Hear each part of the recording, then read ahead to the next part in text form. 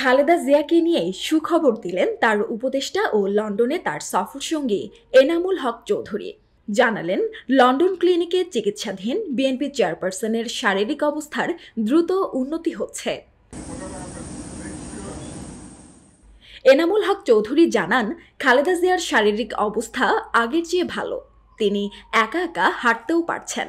হাসপাতালে থেকেও খালেদা জিয়া দেশের খোঁজ খবর নিয়েছেন, দেশের বর্তমান অবস্থা জানতে চেয়েছেন। আজকে নিজে হাঁটাহাঁটি করছেন। বিএনপির স্থায়ী কমিটির সদস্য ও খালেদা জিয়ার ব্যক্তিগত চিকিৎসক ডাক্তার AZM জাহিদ হোসেনও জানিয়েছেন, আগের চেয়ে যথেষ্ট ভালো আছেন খালেদা জিয়া। বাংলাদেশ সময় ৮ জানুয়ারি বিকালে লন্ডনের হিথ্রো আন্তর্জাতিক বিমানবন্দরে পৌঁছান খালেদা জিয়া। এ সময় তাকে স্বাগত জানাতে তার বড় ছেলে বিএনপির ভারপ্রাপ্ত চেয়ারম্যান তারেক রহমান ও পুত্রবধূ জোবাইদা রহমান বিমানবন্দরে উপস্থিত হন। এরপর যখন হুইলচেয়ারে করে মা খালেদা জিয়া ছেলের কাছে যান, তখন সঙ্গে সঙ্গে তাকে জড়িয়ে ধরে স্বাগত জানান তারেক রহমান। মুহূর্তেই সেখানে এক আবেগঘন পরিবেশ সৃষ্টি হয়।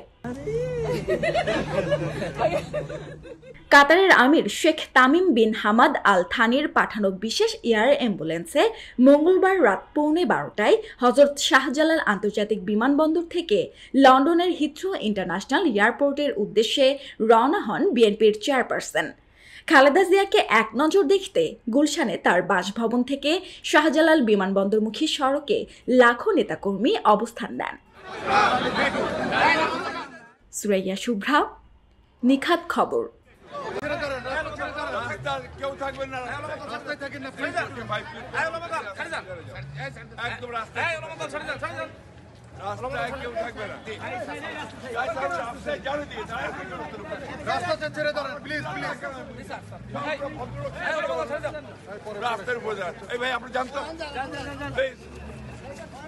আপনারা সরে যান।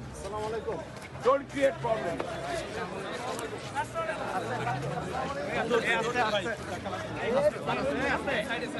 আরে ভাই কি হচ্ছে নাকি আপনাদের? কি হলো?